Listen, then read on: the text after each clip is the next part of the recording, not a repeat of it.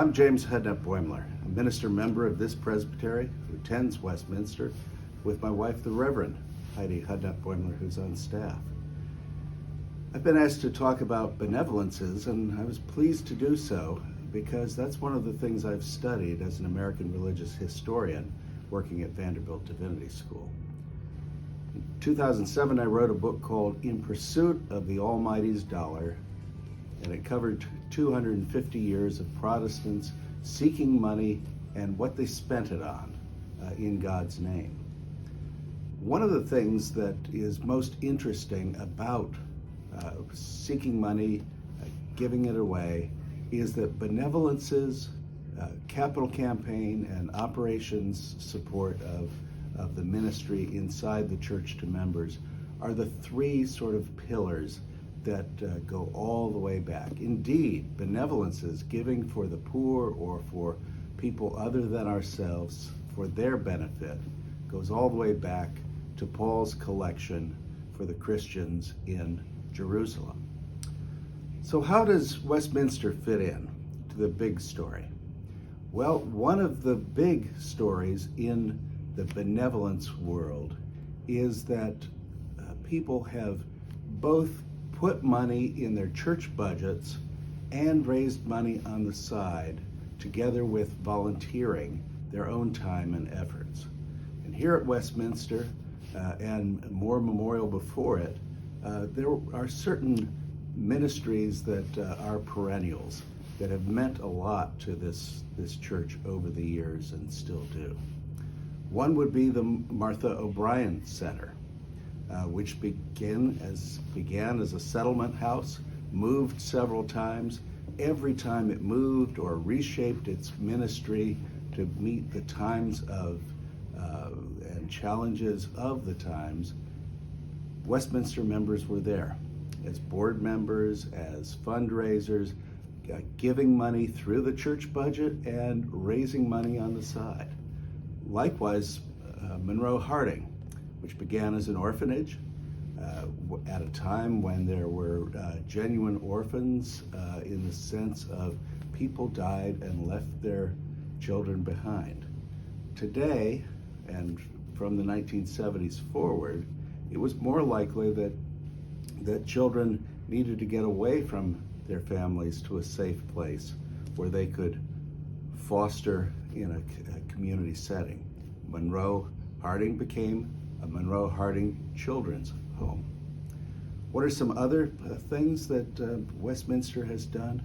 I like the story of Park Manor, which began as a Presbyterian retirement center in the minds of people in this church when Westminster was already in this neighborhood. And it was Ward DeWitt Jr. who acted as the attorney who pulled together the 10 men who bought the property that fronted onto Woodmont and to Harding Road. The owner wouldn't sell it any other way, but these Westminster members and others put their money in. Ward came up with a plan to bring the property all together and dispose of the outlots, and we had a Presbyterian retirement center in which some of our own members live to this day.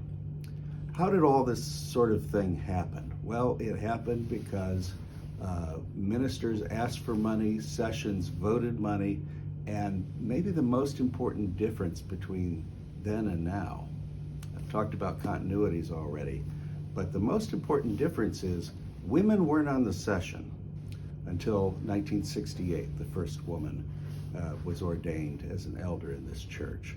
As late as our centennial, we had 3 women on the session. But women were highly active. They volunteered. They taught children who didn't know how to read or take care of themselves inside the Martha O'Brien Center. Much as our volunteering continues to this day, women had a women's association. They served as hostesses for all the capital campaigns and all the big sorts of fund drives that built our our Christian Education Center, and made sure there was money to go to others. Foreign missions. Women in particular raised a lot of money for foreign missions. And the talking up of foreign missions led a number of our church members, our youth and our young adults, our seminary graduates, to become foreign missionaries and ministers. A lot of people went into the service of the Lord full-time because they're Sunday school teachers, and the women who belong to these women's associations came home and talked about the importance of benevolence. In fact, I've got a list here.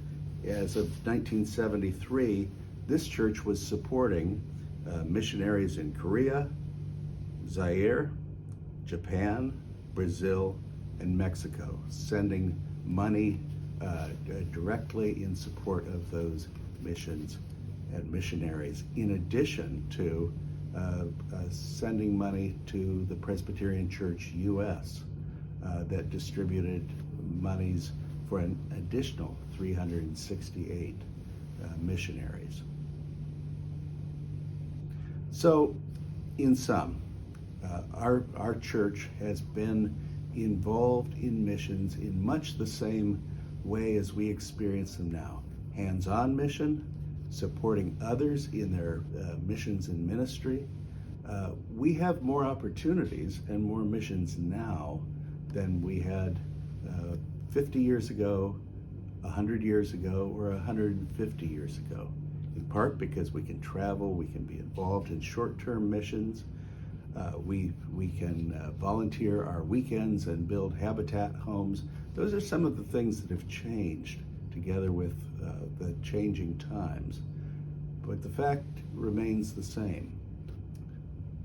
We give of ourselves because God has loved and blessed us. We invite others to tell us what they need from elsewhere across the wide earth. We listen to missionaries and we dig deep and come up with money for new and different appeals. So a lot of things have stayed the same, and some things have changed, including things for the better.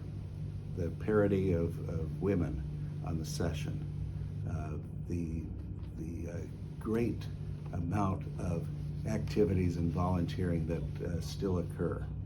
All good, all in Christ's name.